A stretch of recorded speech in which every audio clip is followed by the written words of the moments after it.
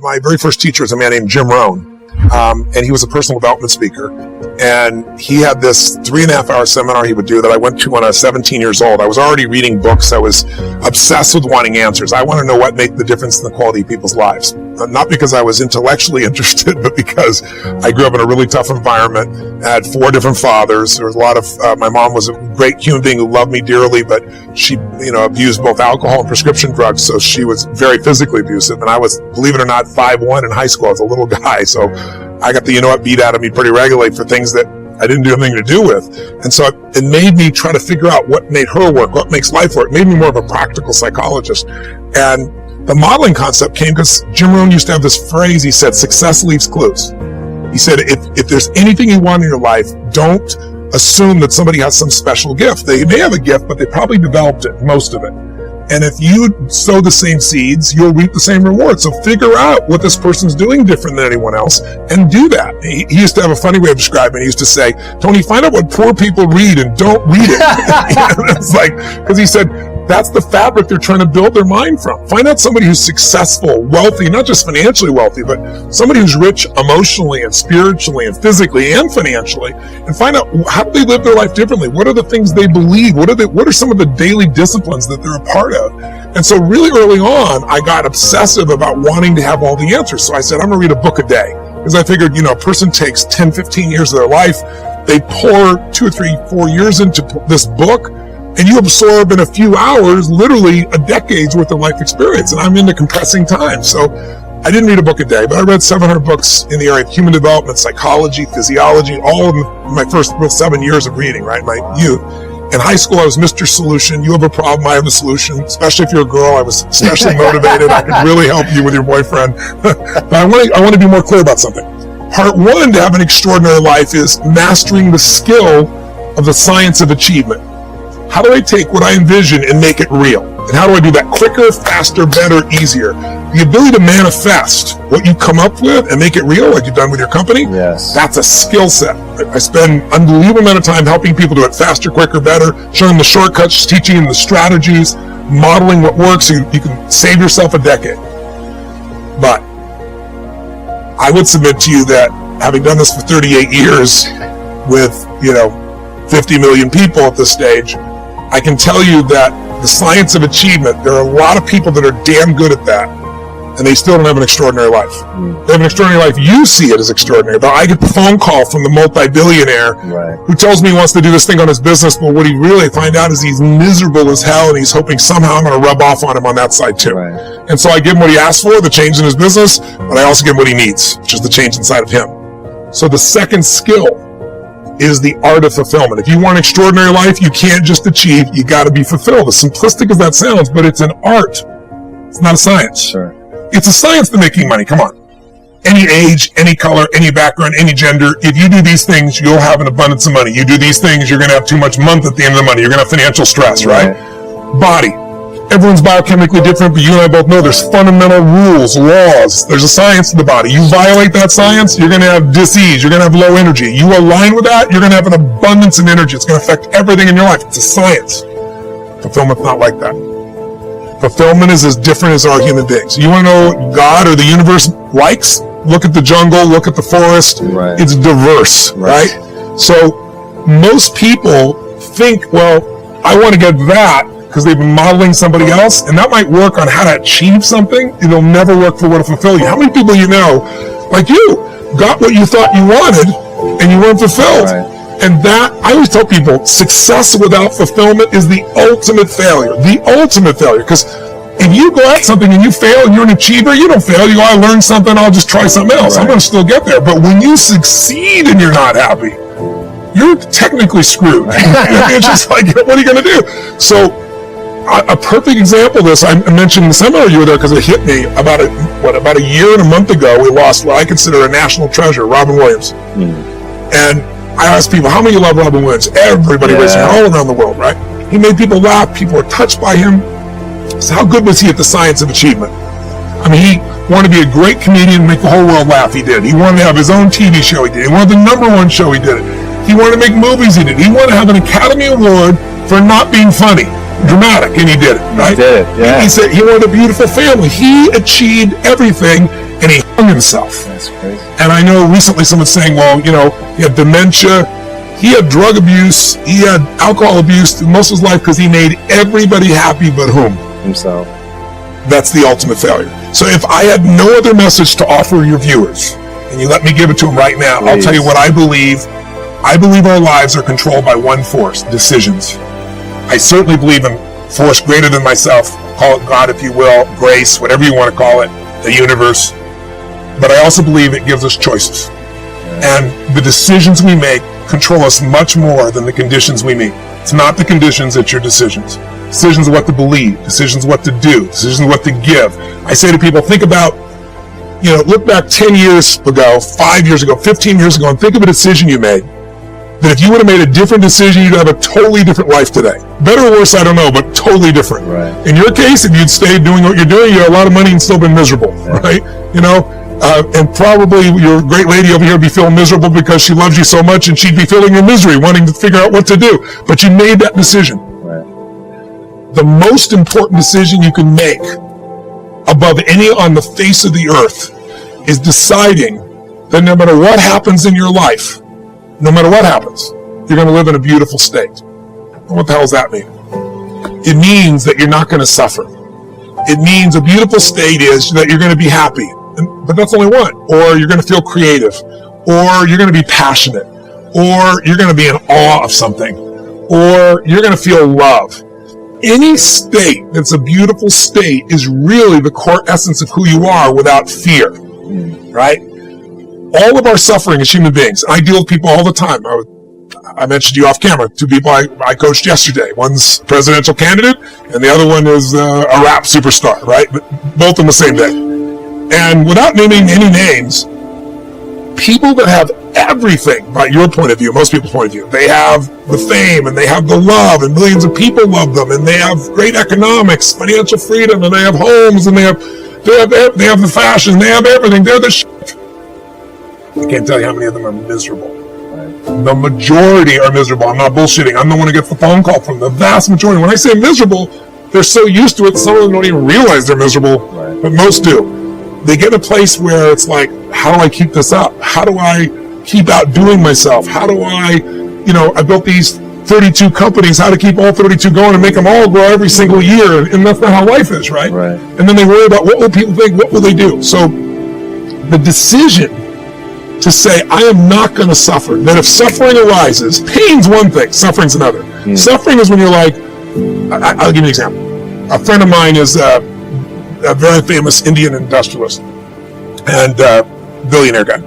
And he just recently took a sport in India that's been around 2,000 years that almost every village child plays, and he turned it into a professional sport. No one had ever made a professional sport 2 years ago. He invested, I don't know, I'm making the number up, $20 million in it. In 2 years, the sport is so successful in India that 500 million people watched the finals. That's amazing. 2 months ago. 500 million people, right? So 500 million, that's how it is in India. And people are saying this is going to be as big as, for them, cricket is the ultimate thing, right? Like, big as cricket. So his team valuation, I'm making the number up, I think it's gone to like $500 million in 2 years from, $25 million. And his team is number 2 in the whole world, right? Wow. He's got these great players. So I'm with him, and he gets a phone call. And he's just got done telling me about this great success and where it is and how proud he is and how everyone goes to the games and people are so thrilled and it's just become this movement in India and he created, he's so proud of it. And he gets this phone call, and the phone call is from his management team telling him that one of his competitors has just offered 4 times as much money as he was offering to his top 3 athletes who are the core of his whole team. And of course, they all took them, right? And he was so angry. He was like, I can't even believe this. These guys were working in shops, and I brought them here, and I made them a star on national television, and they had no loyalty to me. And he's suffering. And the way you suffer is you focus on yourself. Right.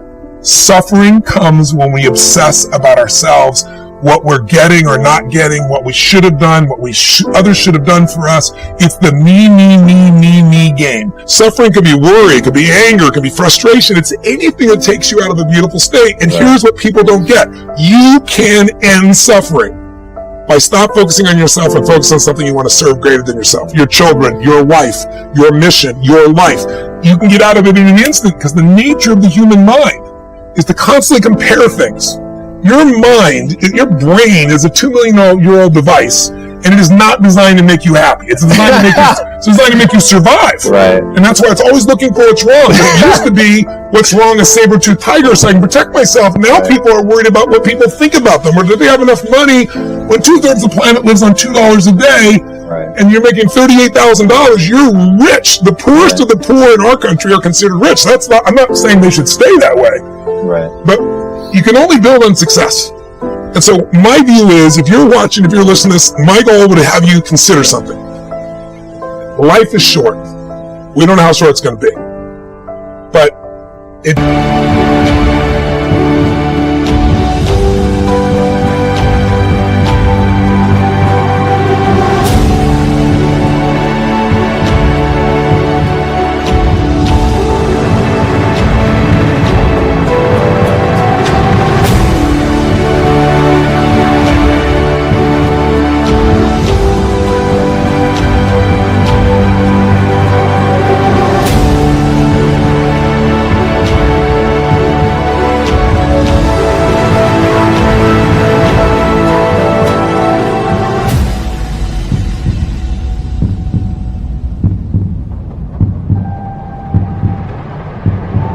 If you only had a week to live, I bet you wouldn't allow yourself to suffer over a little crap that makes you crazy normally. I think you would probably spend time with those you love. You would do what you love. You'd take on a sunset. You'd smell the air. You would take in everything in those final moments that you possibly do. So my thing is, why wait? Right.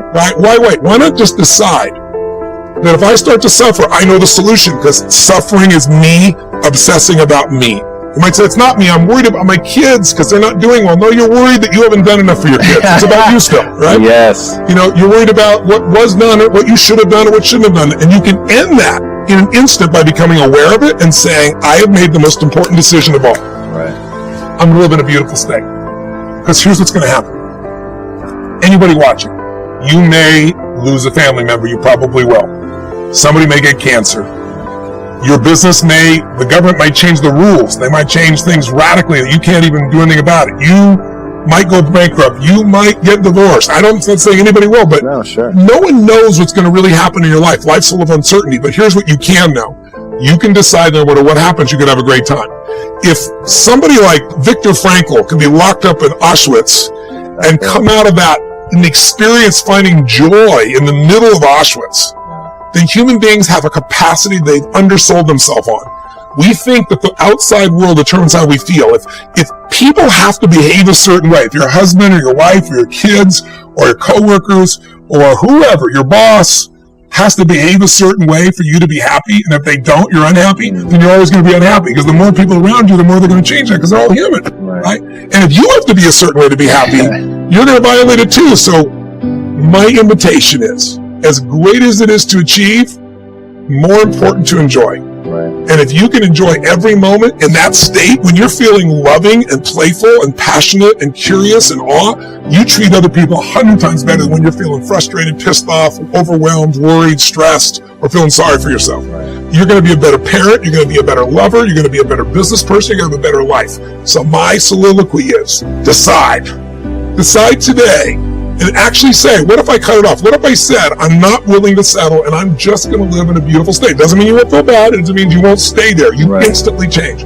That's doable. I believe in energy. I believe in inspiration, because inspired, in spirit, the opposite of that is kind of dead, right? So I believe in being inspired. But I'm a strategist at my core. And, you know, if you're inspired and you run east looking for a sunset, I don't give a damn how enthusiastic you are, how positive you are. It's not going to happen. Right. So I'm a strategist first. But I really do believe that people have got to look at their life and say, as much as I want great strategy, I need a great philosophy of my life that's going to make me fulfilled. Right. If you're fulfilled, like you said, you mentioned earlier, if you were with your friends and you guys weren't succeeding, but you're having a damn good time with this camaraderie, it's still worthwhile. And you can find a way to succeed eventually. But what?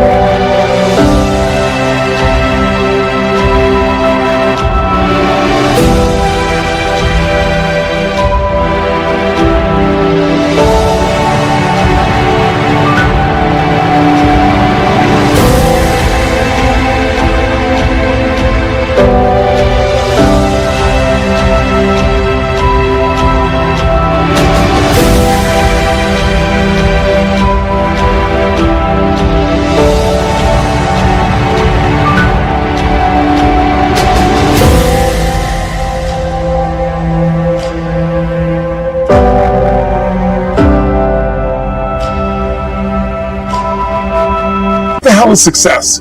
It's hitting an expectation. And I always tell people, man, trade your expectations for appreciation, and it's a whole new world instantly.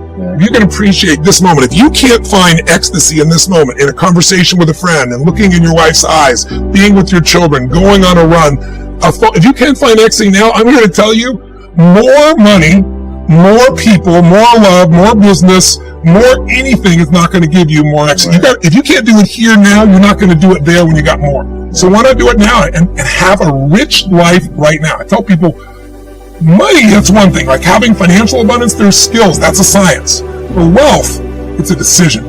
It's like you can be wealthy right now. I live in Fiji a good portion of the time. There are these villagers there. They're the richest people I know. They're happy. They laugh. They love. They don't give a damn about the economics. Other people say they're poor. When I first went there, I was trying to do things for them. They're like, what are you talking about? I'm so happy. Wealthy people come over from the United States and they go travel around and try to figure out what to do. And they're going to spend 9 years to do this and this and this so they can finally sit down and be happy. And the Gene guy goes, why don't you sit on the beach right now, dude, and experience it? Why spend the 9 years? Why not have it now? That's my invitation.